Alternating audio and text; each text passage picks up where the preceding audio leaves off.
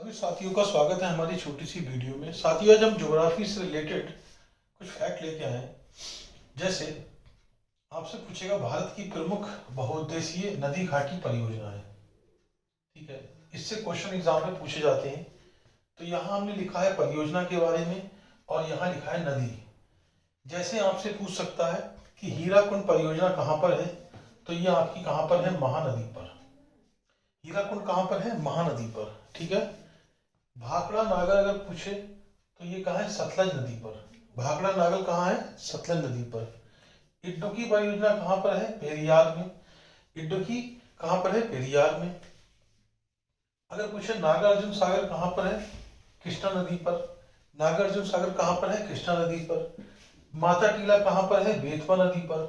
माता टीला कहाँ है, बेतवा नदी पर। पोंजपात पूछे तो कहाँ पर है, गोदावरी नदी पर। पोंजपात पूछे कहाँ पर है, गोदावरी नदी पर।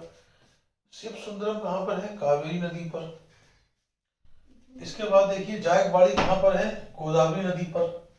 काकरापारा कहाँ पर है, ताप्ती नदी पर। काकरापारा कहाँ है, ताप्ती नदी पर।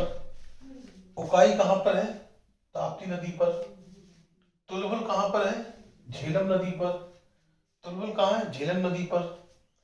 बगलीहार कहाँ पर है, चिनाब नदी पर, ठीक है। बगलीहार कहाँ है, चिनाब नदी पर।